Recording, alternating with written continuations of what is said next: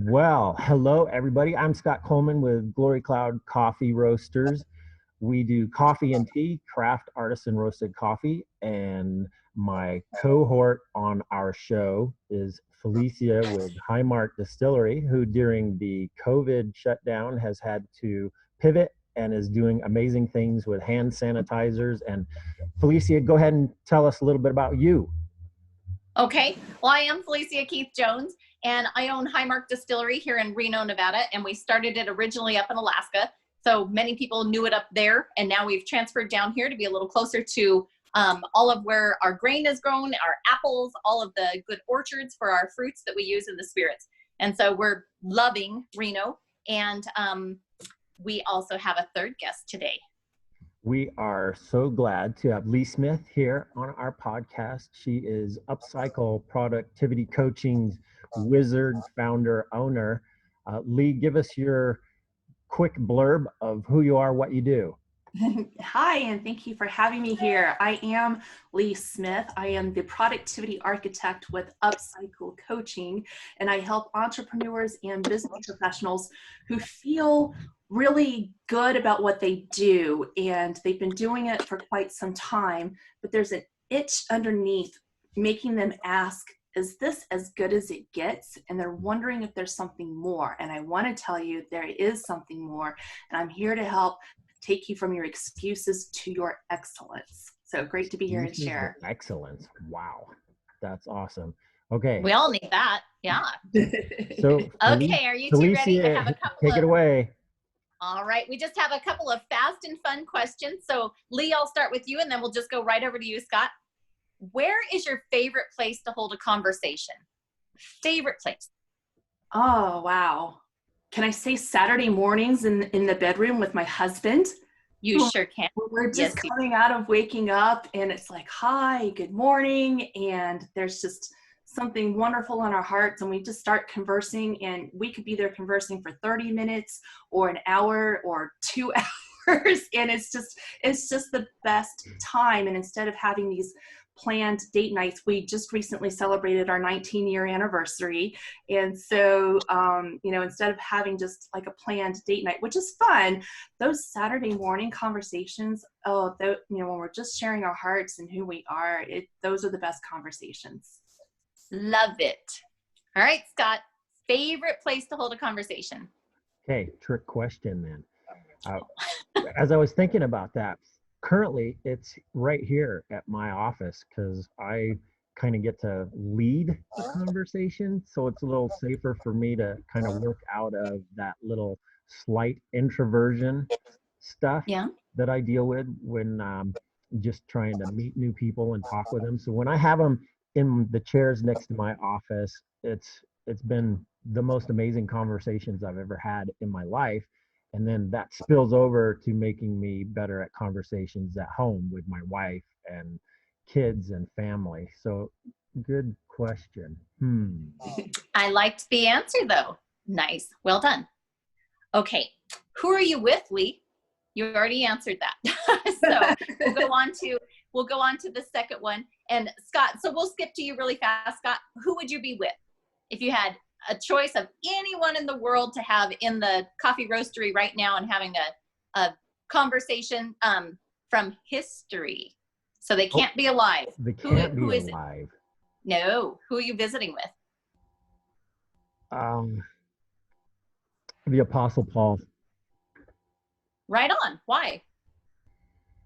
Because I've still got so many questions as I read the scriptures and dig into what the Bible says. There's some stuff where I want to go, hey, what did this really mean? Because there's a lot of people arguing over this stuff and not united. So help clarify it for me now.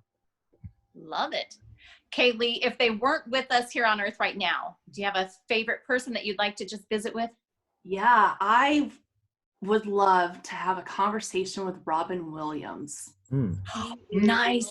One of the most fascinating humans, and I've seen most of his movies. I can't say I've seen 100% of them, but even the documentaries on his life, and just that inside worrying going on in his head and all that creativity, and yet his humble beginnings, and being at Juilliard and rooming with Christopher Reeve, and then studying the acting and moving from the theater to the television to the movie, and even as a movie where he really portrayed his range and his struggles holding down family and his work, and then just his passion for life. There's so many facets to him that I find fascinating. And I thought, if I could have a cup of coffee with Robin Williams, I absolutely would love it, just to dig deeper. I would have fun with his funness, of course, but like digging deeper on who he really is that maybe he didn't get to share with the rest of the world. I think that would be so cool. That's awesome. Yeah. Okay, I'll hurry and go because I guess if we're going to keep the conversation going and we're all going to dance together, I feel like I'm back on the bench. You guys have a lovely dance going already. So if I were to hold a conversation somewhere, I'd say probably one of my favorite places in the world is around a bonfire. I just desperately love being in nature and having good friends and a nice fire going. So that would probably be where. And then with who? From history.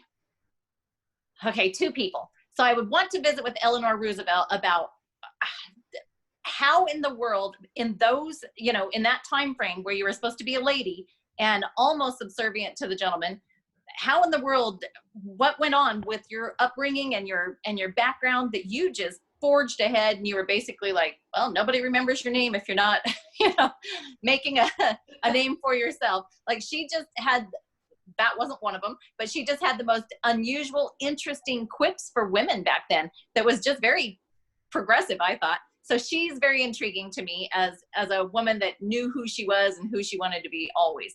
And then, of course, I would like to visit with George Washington, not about politics. I would like to visit with him about his techniques for having one of the largest distilleries in the country back then. So how did he pull it off? What in the world were his tricks and tips? And so we would have a different kind of conversation. He and I, yeah. Okay, for the last question on my fast and fun, Lee, so you're visiting with Robin Williams. What are you sipping? What am I sipping? Sure. Oh, you know what? Oh, gosh. Is there anything that just says, oh man, this is a perfect conversation sipper? I love sipping coffee and having conversation. And even though an espresso, just a double shot espresso, it's really small. It's in a teeny tiny cup. But when it is a single origin Ethiopian natural, it has the most amazing flavor to it. And so some people take their espresso and they shoot it back. I don't. I like to just sip it, and from the moment, the crema to the coffee itself, and then as it cools, it has all these different flavors that come out of it. And so it adds to my palate on the inside, and it adds to the conversation as I'm sipping too. So I probably would have to say that I'm sipping some sort of Ethiopian natural espresso while I'm having a conversation with Robin Williams, and it's probably sitting at Kings Beach at Lake Tahoe, I'd have to say. Oh, very nice. That would not take place in my bedroom, just saying.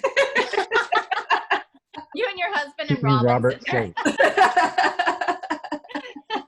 That's reserved. Right. Yes. Scott, what would you be sipping?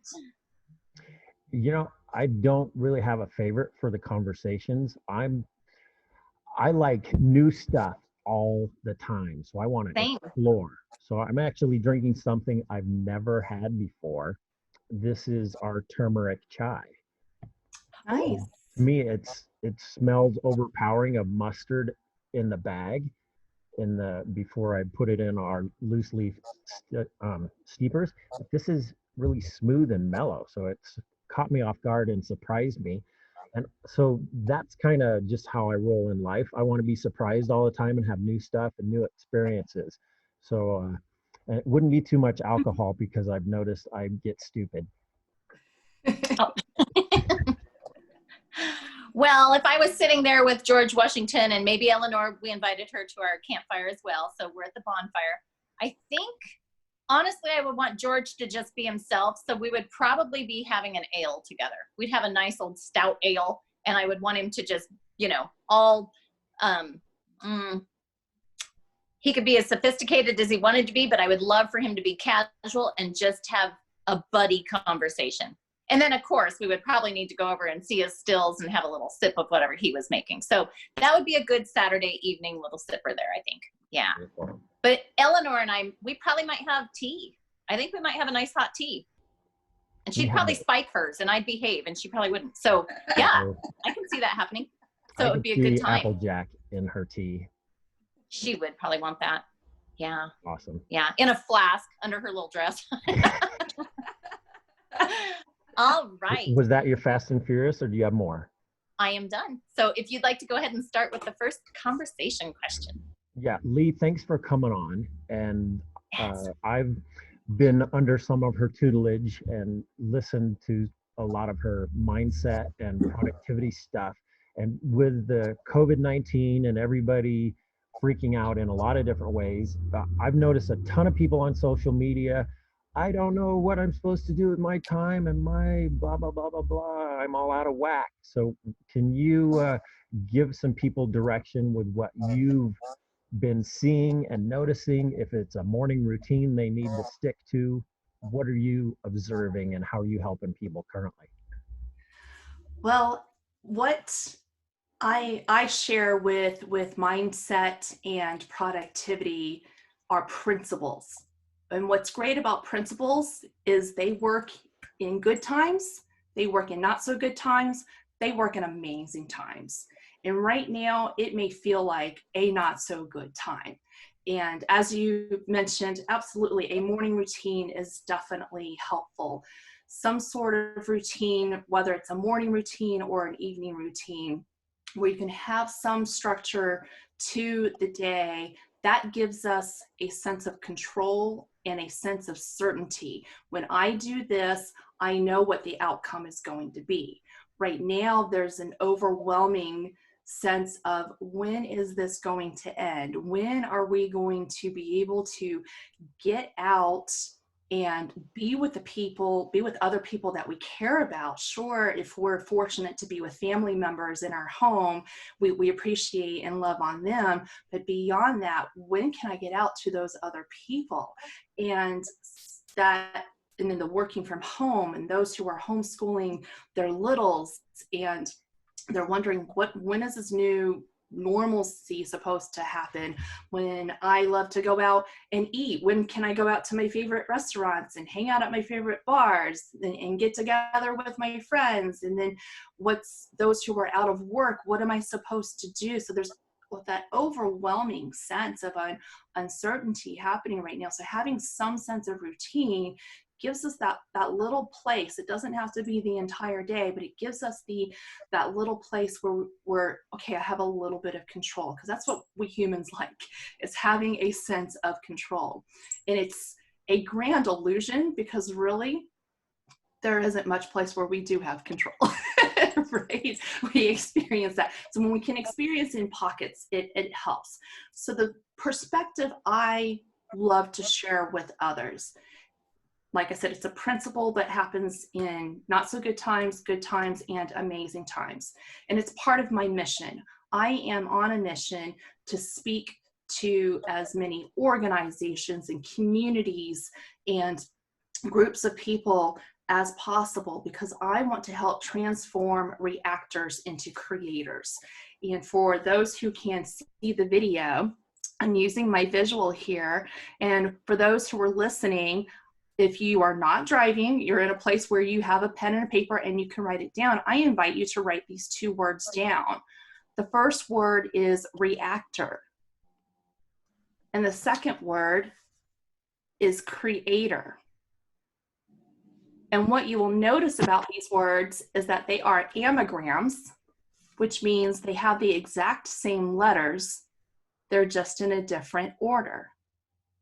And the difference between these two words, as I like to put it, is how do you see yourself?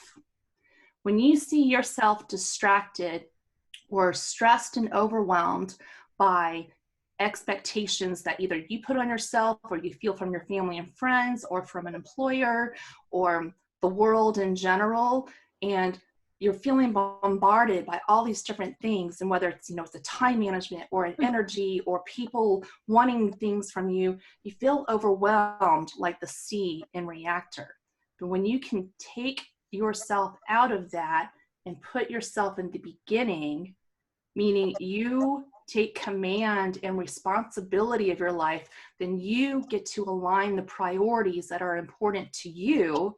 You're living on your terms, not someone else's term. You become the creator of the day that you want to experience, not the reactor. So for a simple example, when the alarm goes off in the morning, are you trying to fumble and find that snooze button and you're like, oh, it's another day? Or are you hitting that snooze button, getting yourself up out of bed and you're like, I am ready to take the day on. I get to serve other people and share my heart with them, or I get to spend time with my kids, or I get to work on this project, or I get to try something new. Are you excited about that day somehow? And I myself, for my personal routine, when I'm in the shower, that's when I really get myself going, thinking about the day that I want to experience. I think about what is one thing that I can get excited about today. How did this become a passion for you, Lee?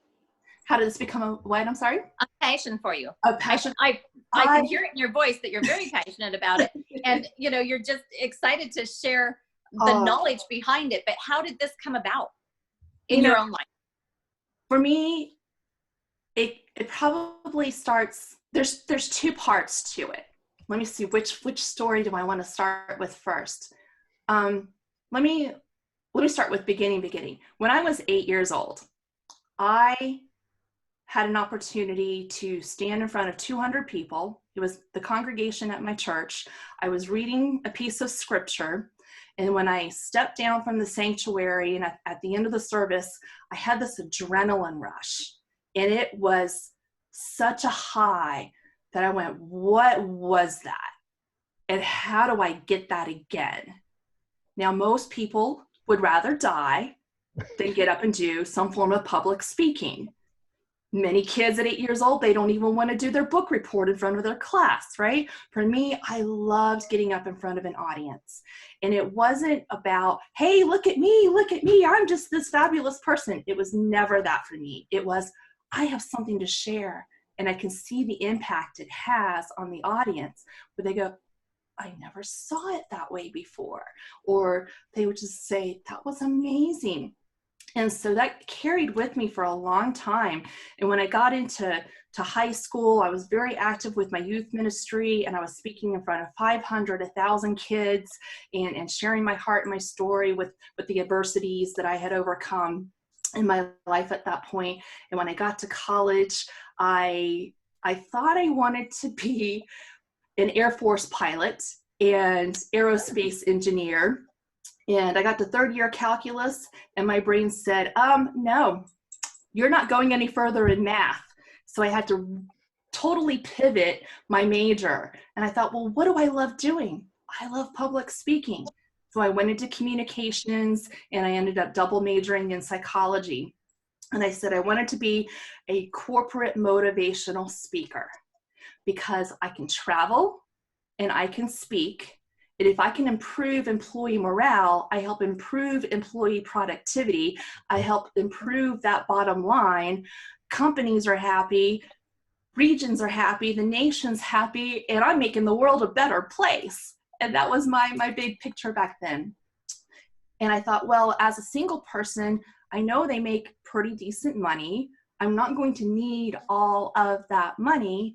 What I want to do is live within my means and then take the rest of that money, put it aside, because eventually I do want to get married and become a stay-at-home mom, and then I can use that reserve so I'm not a financial burden to the family being a stay-at-home mom. Well, that was my plan.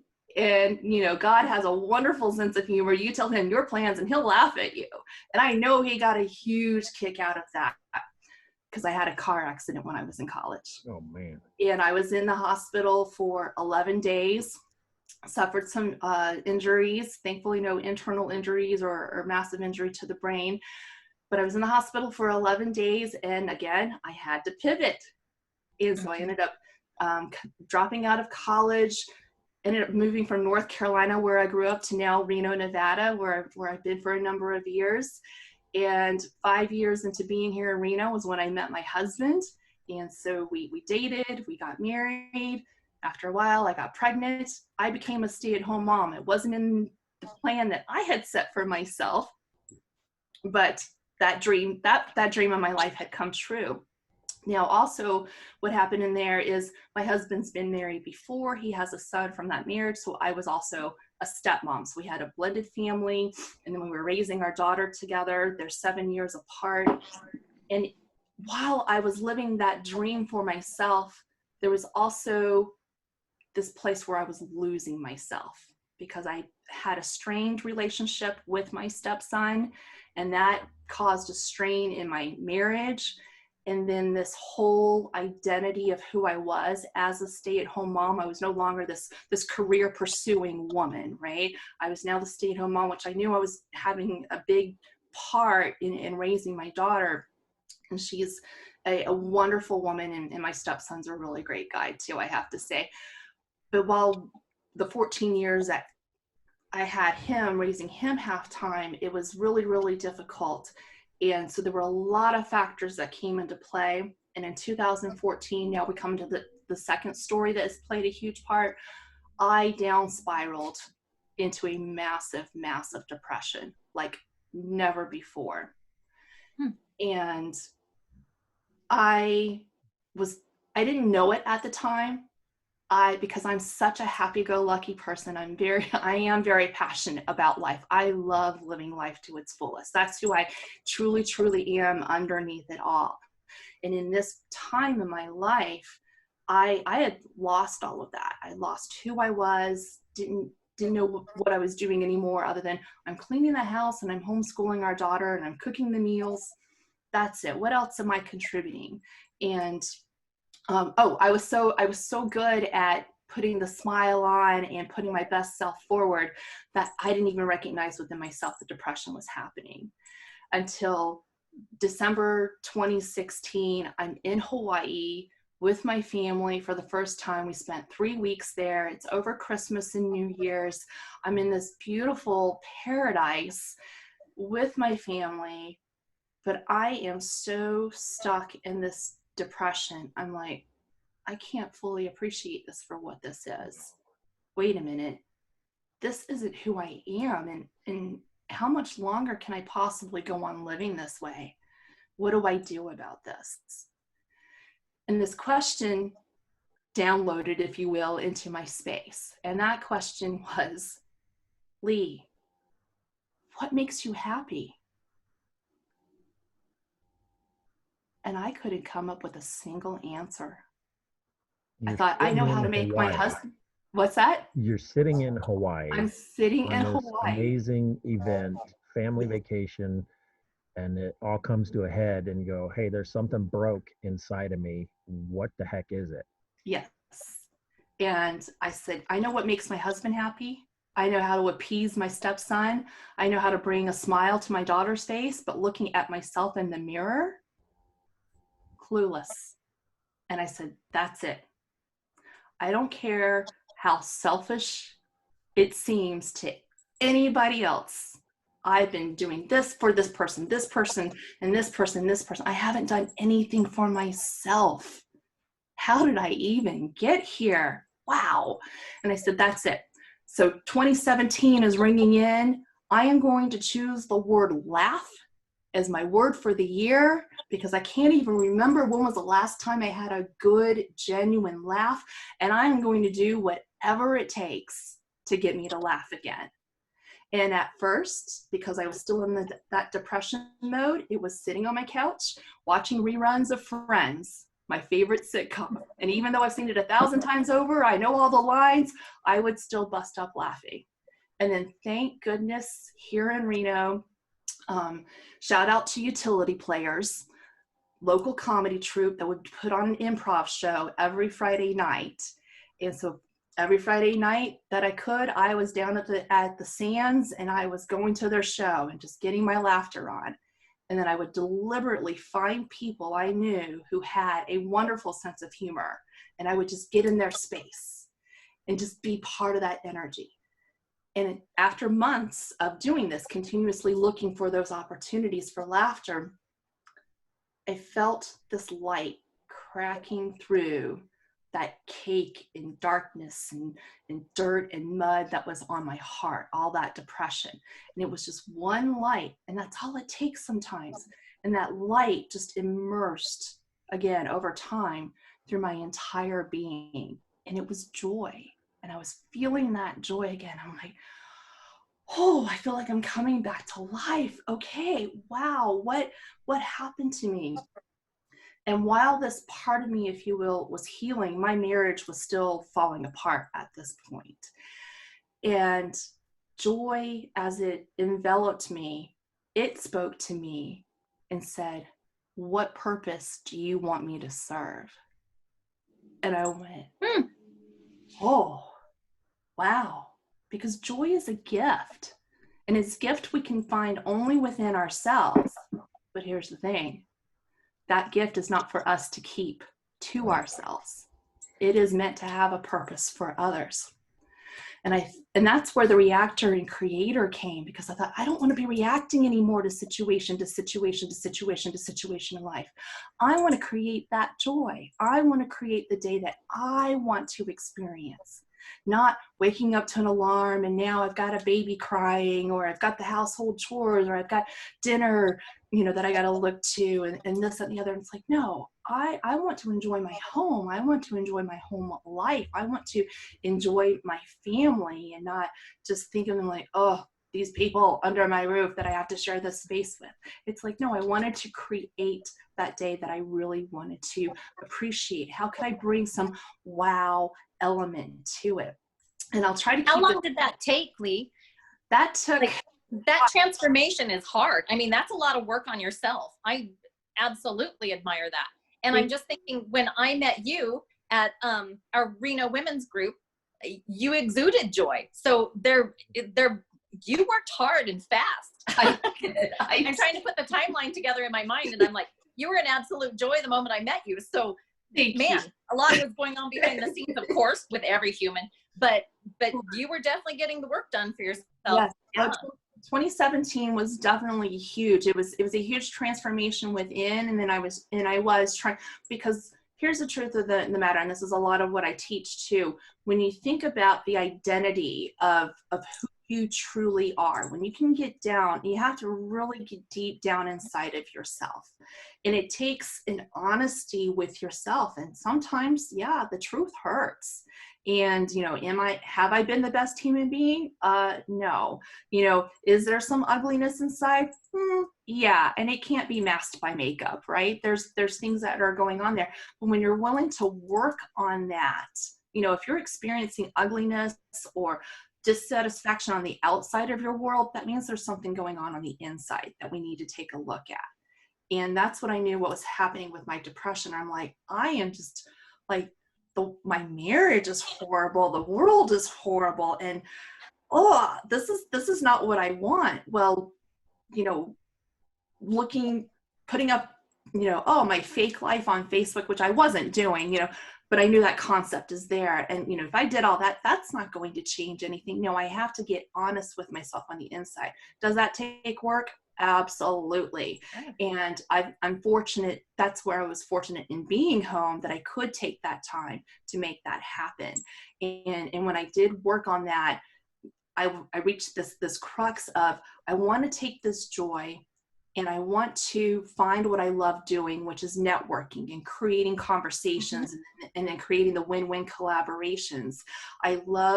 I've been in Reno for over 25 years, and getting to know our local, amazing local business owners like you, Felicia, and you, Scott, and thinking, to me, this is the lifeblood of our community. How do I help these small business owners prosper and help our local economy be as sustainable as possible, so that when other things are crashing around us around the world, Reno's going to be okay? And do I have the business expertise to do that? No, but I have the massive heart. And sometimes when you've got that heart and that will, the how just kind of comes along, and that's okay. And that's what I and think, the who. right? You know, it's amazing how people just will flood into your life and propel it to whatever direction you were kind of wanting it to go, if your intentions are pure. Yeah. Exactly. And that's all part of that creation too, right? It's like, okay, I want to create these relationships. I want to create this opportunity.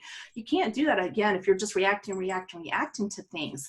And we can't get things done if we're just reacting to things all the time too. We got to be setting that intention, matching it with the energy, and now we go on to create. And that's what I answered with that joy. I said, I want to do something that I love. It's at the time, my stepson had moved out of the house, and now my daughter is getting ready to graduate from college. Mm-hmm. Oh my gosh, in my dream of being a stay-at-home mom, I never thought beyond her moving out of the house.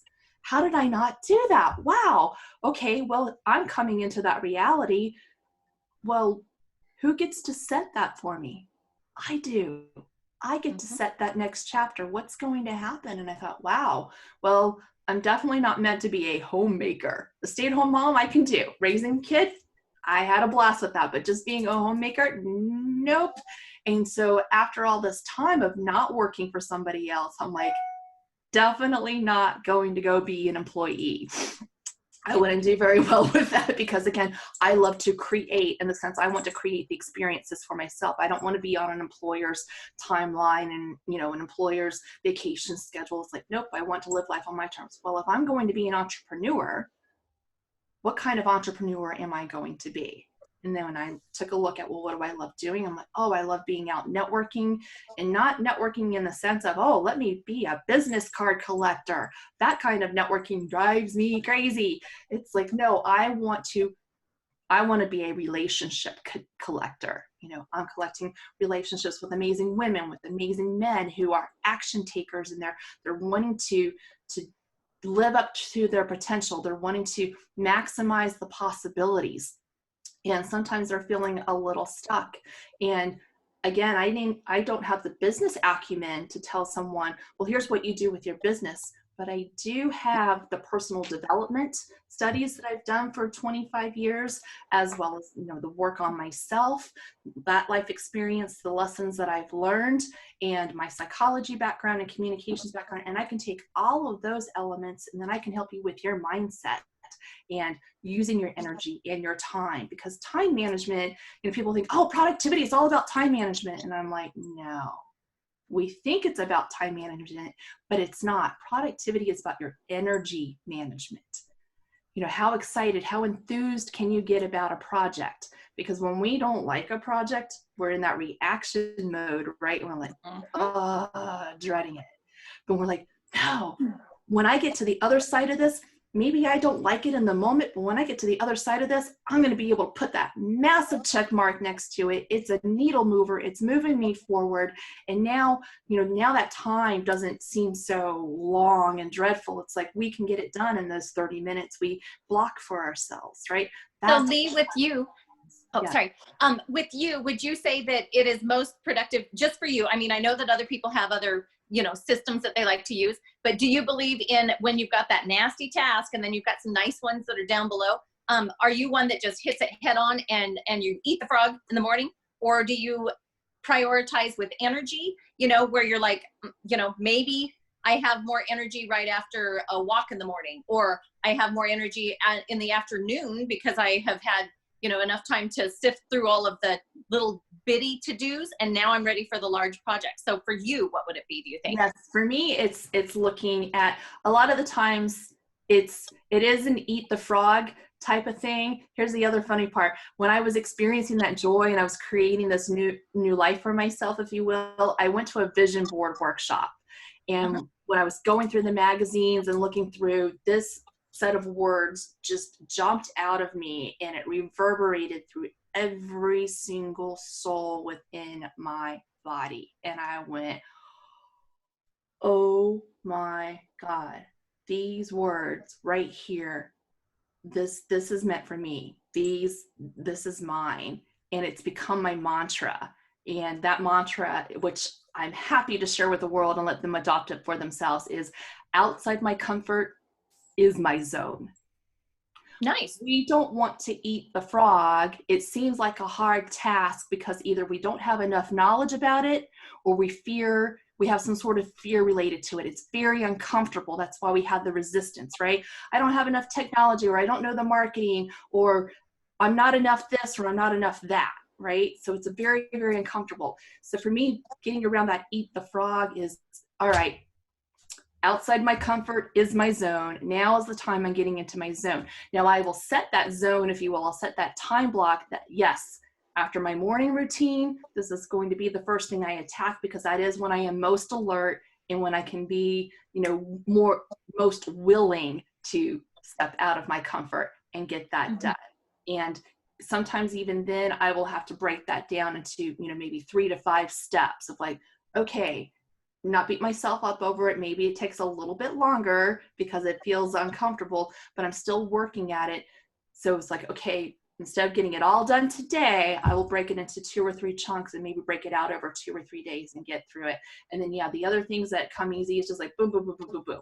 It's so being intentional with those time blocks, but yes, being mindful of when do those mind blocks work for you, because maybe you're an excellent morning person, so that time block works best for you in the morning. And there are people who they're more productive, more able, high energy in the afternoon, or some I know too are very high energy in the evening.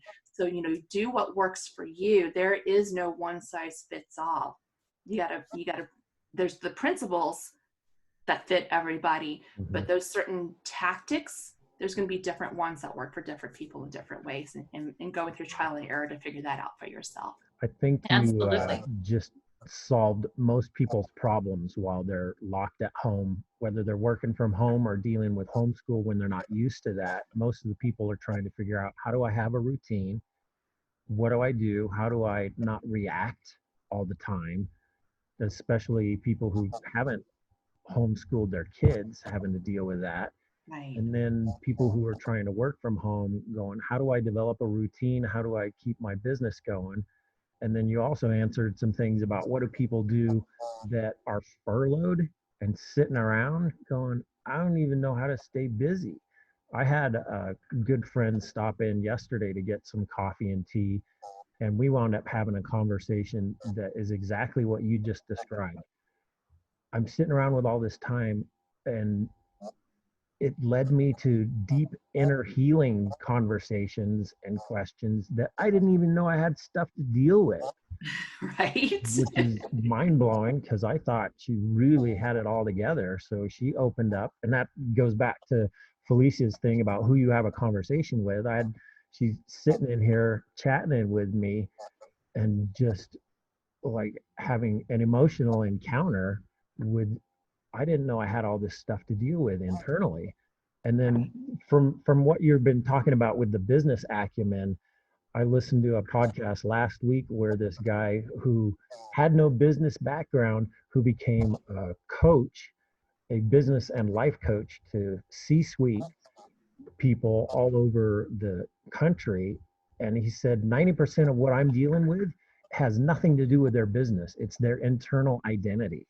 Exactly. So if the leader doesn't have their stuff together, how are they going to be able to care for their people, their staff, their team, their employees? I think you answered tons of stuff.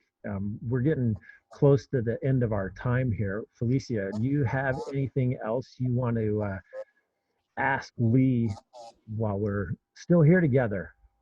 I do. So 2 quick questions.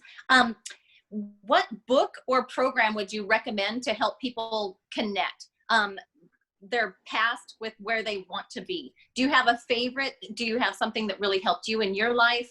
I know there were probably hundreds of different I have books a whole and library. Exactly. And so that's always never a really great question to ask, except for the fact that maybe there are people with more of a little limited budget and they're like, man, if I just had one that I could start with, like, where can I start?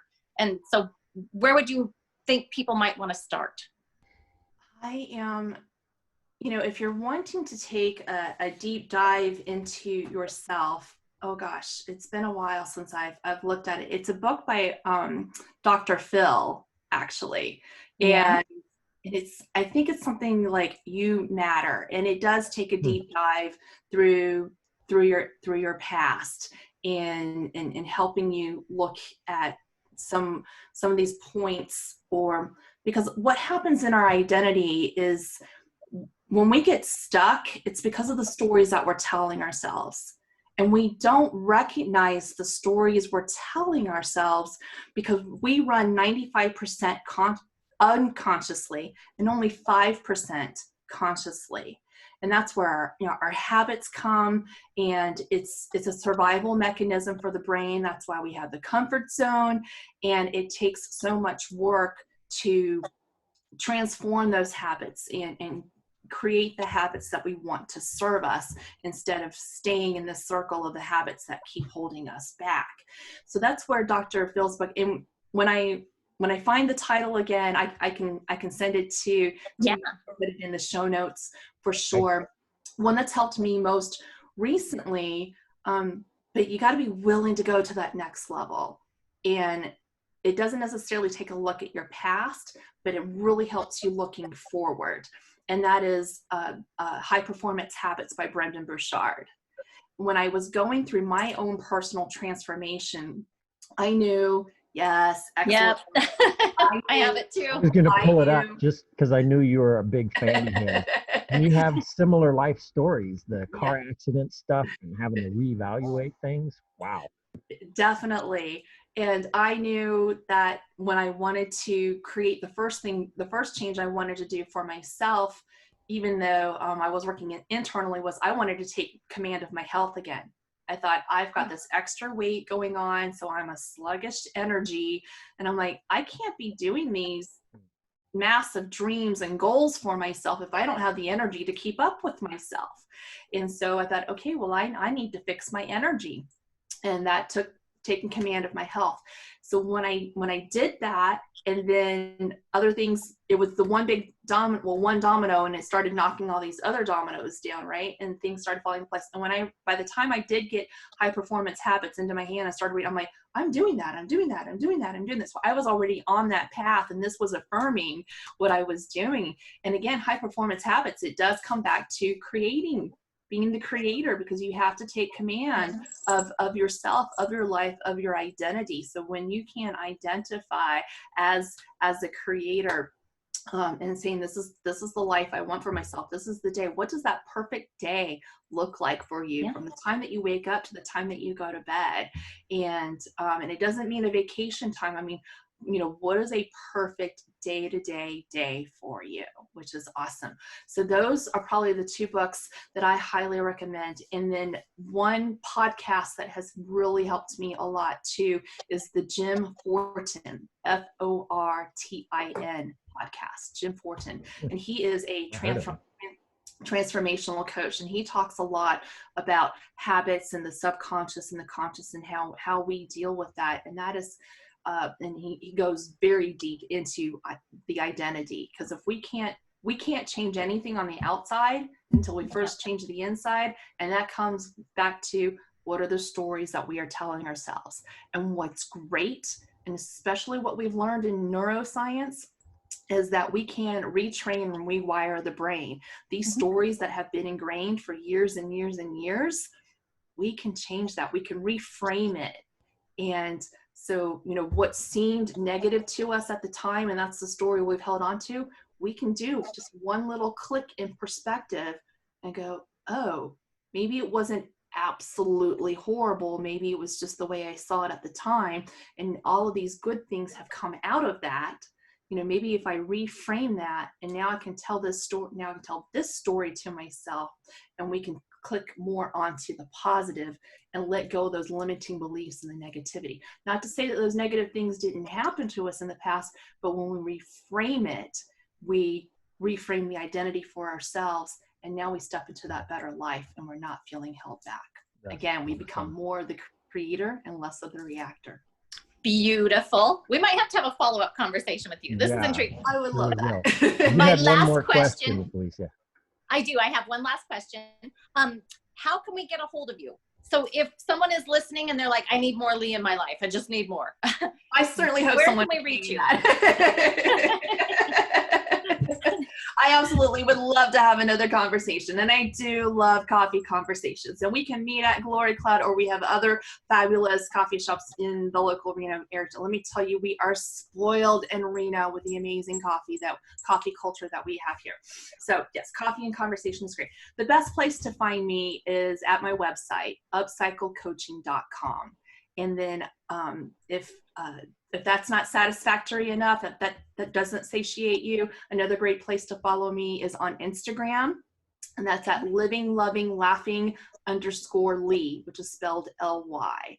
And I do weekday lives. So I have a collection in my Instagram TV where I try to keep it to about 10 minutes, and I share a little bit of content, just some stories and thoughts, ideas, tactics, and tools to help you be more of that creator and less of a reactor. So I hope everybody finds that helpful. So livinglovingLaughing_Ly at Instagram, or UpCycleCoaching.com is my website. Beautiful. Fabulous. Thank you very much. All right. We'll make sure that we go ahead and follow through and see all of your goodies on there. And anyone that wants to reach out to Lee, those are great options. And if you happen to be in the Reno area, you probably already know Lee. But if not, make sure that you make her acquaintance. She's a lovely human.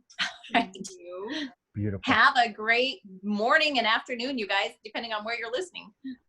Thank you so much, Lee and Felicia, for being here. And pretty soon we'll actually have a name for this podcast after we figure out how we can get that. We are still trying to get the one we wanted originally, but somebody else has got it. So we're going to get that. And then thanks for changing people's lives, Lee, and helping people be productive and knowing that they don't have to be in a funk and that you can actually choose to get out of it. And I think this is going to be a super helpful podcast for a lot of people sitting at home going, what do I do? So you're awesome. Felicia, you're amazing.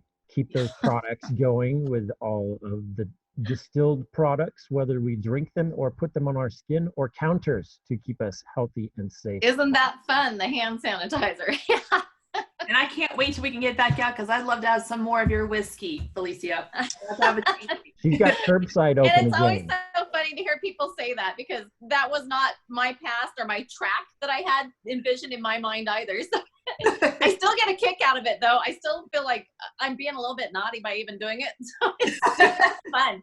Every day, like, honestly, I'm looking at the screen and I'm seeing 3 people that we won the lottery, you guys. We're doing exactly what we love doing every day, and it doesn't feel like work. I could do this all day long, and no one would, if nobody ever paid me for making any of the spirits or any of the good stuff or visiting with you guys, I'd still feel like I won. So thank you. Thank you. It was an absolute pleasure, and I'm so glad all 3 of us have followed our passions. Yes. I'll visit with you soon.